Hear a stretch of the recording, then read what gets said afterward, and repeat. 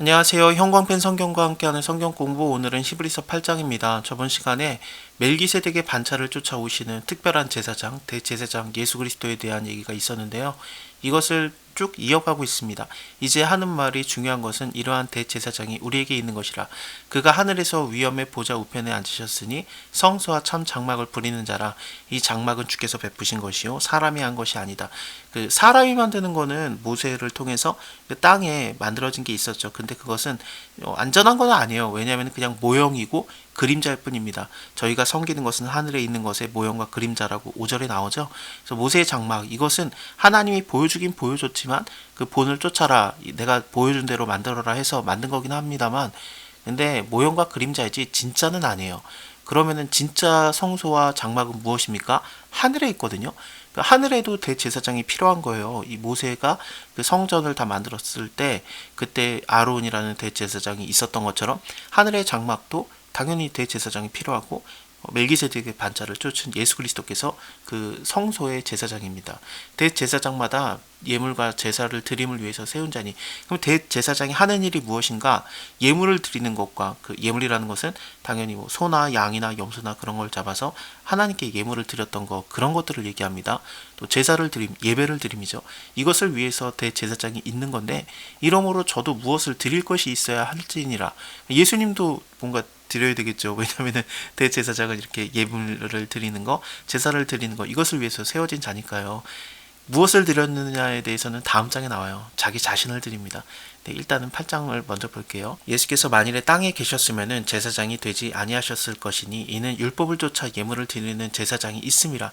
이렇게 율법을 쫓아 드리는 제사장이 있다라면은 레위계법들을 얘기하는 겁니다. 레위기 1장에서 번제, 2장에서 소제, 3장에서 화목제, 속죄제, 속건제, 여러 가지의 예물들의 그런 게 있잖아요. 그 율법을 쫓아 드리는 제사, 이거는 사실은 레위의 자손들, 아론의 자손들이 했던 거예요. 저번에도 위에 나왔던 것처럼 멜기세덱의 반차를 쫓으신 예수님은 율법을 쫓지 않아요.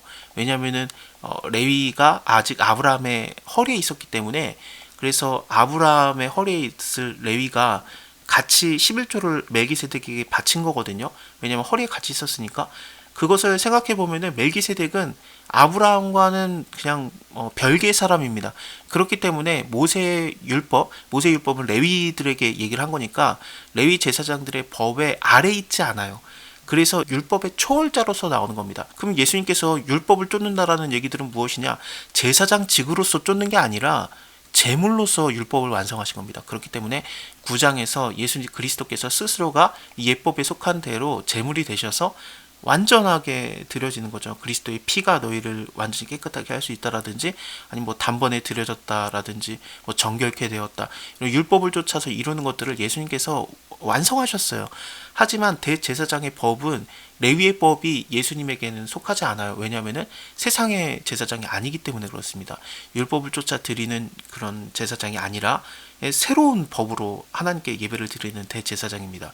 저희가 섬기는 것은 하늘에 있는 것과 모형과 그림자라. 그러니까 땅에 있는 것들은 그냥 그 하늘의 그림자와 모형이었을 뿐이지 완전하지 않았다라는 거죠. 그래서 밑에서도 더 좋은 약속이라든지 더 좋은 것, 더 좋은 언약, 뭐 이런 식으로 얘기가 나와요. 그러니까 처음 것이 불완전했다라는 얘기입니다. 저 첫 언약이 무흠하였으면, 그러니까 흠이 없었다라면 둘째 것을 요구할 일이 없지만, 근데 왜 요구했겠냐? 그것은 이제 첫 번째 율법으로서 주신 언약들이 그냥 모형이고 그림자이기 때문에 완전하지 않았다라는 겁니다. 그래서 이제는 하나님께서 새 언약을 말씀하신다라고 하는데, 이것은 예수 그리스도를 통해서 이루어지는 것들입니다. 그렇습니다. 이제 그가 더 아름다운 직분을 얻었으니 이는 더 좋은 약속으로 세우신 더 좋은 언약의 중보시라. 중보라는 게 중재자 뭐 그런 뜻 아니겠어요? 그러니까 이 좋은 언약에 새로운 중재자가 필요했던 거죠. 우리가 어떻게 예배드립니까? 예수 그리스도를 만미하지 않고는 아예 불가능한 거예요. 대제사장 예수 그리스도를 쫓아 드리는 예배로만 이게 가능해지는 겁니다. 저 첫 언약이 무흠하였으면, 흠이 없다라면은 둘째 것을 요구할 일이 없으려니와 저희를 허물하여 일렀으되 주께서 가라사대 볼지어다. 여기서 그 허물하여 일렀다라는 게 왜 그러냐면은 예레미야 31장의 말씀이거든요. 이 위에 바로 무슨 구절이 있냐면은 예레미야에서 부모가 신포도주를 먹었으므로 자식들이 이가시리다, 그런 말을 내가 얻게 하겠다라는 그런 말씀을 하셨거든요. 우리가 이렇게 잘못된 이유가 뭔가 다 조상 탓이다. 우리가 잘된 이유는 뭐냐? 조상 탓이다. 그런 거는 없게 하겠다 하면서 말하신 게 볼지어다 날이 이르리니 내가 이스라엘 집과 유다 집에 새 언약을 세우리라. 이것을 얘기하거든요. 사실 위에서도 아론의 자손들은 어떻습니까? 아론의 자손들은 전액 계명 연약하고 무익하여서 폐해지는 율법의 계명, 온전치 못한 이 계명을 쫓아서 나는 혈통으로서의 제사장이었던 거예요. 근데 예수님은 어떻습니까? 예수님은 혈통이 없잖아요. 멜기세덱에 대한 얘기를 할 때 족보도 없고 아비도 없고 뭐 시작도 없고 끝도 없다 막 그런 식으로 나오지 않았습니까? 그래서 예수님은 그런 혈통이 없으시기 때문에 맹세로서 되신 거죠. 하나님께서 맹세하고 그것을 뉘우치지 아니하고, 그래서 그 맹세가 무엇이었느냐? 너가 영원히 제사장이라. 이와 같이 예수는 언약의 보증이 되셨느니라. 예수님은 이렇게 제사장이 된 거거든요. 우리가 혈통 때문에 이렇게 힘든 것이다 아니면 좋아진 것이다 그렇게 말할 수가 없다라는 얘기를 하다가 이걸 한 거거든요.